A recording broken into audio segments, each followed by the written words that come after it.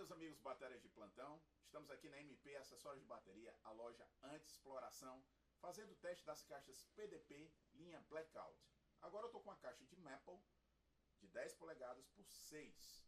Vocês vão perceber agora que é uma segunda caixa muito interessante, um som bastante encorpado, diferentemente das caixas de metal, né, que tem mais o som mais estridente, assim, essa daqui não, você consegue um equilíbrio, consegue encontrar uns sons mais graves, você tem uma opção bem peculiar nessa caixa. Vamos agora fazer o teste na afinação mais grave, né? Eu vou primeiro fazer o toque, a baqueta na pele, depois rim shot e depois eu vou fazer um groove.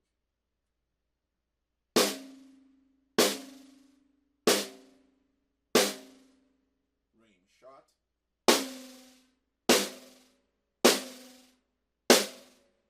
O groove.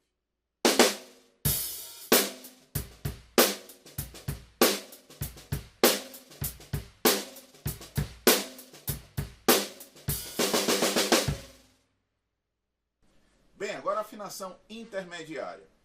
Pele.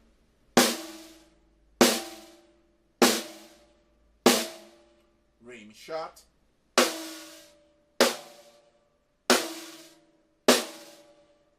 E o groove.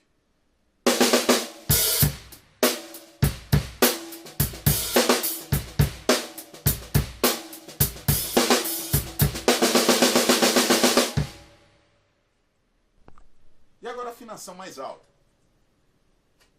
Pele.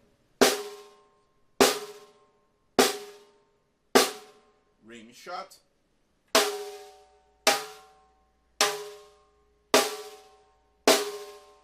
E o groove.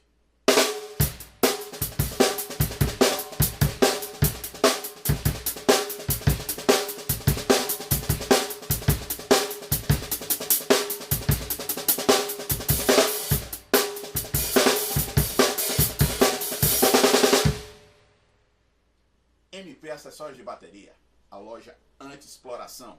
Valeu, galera!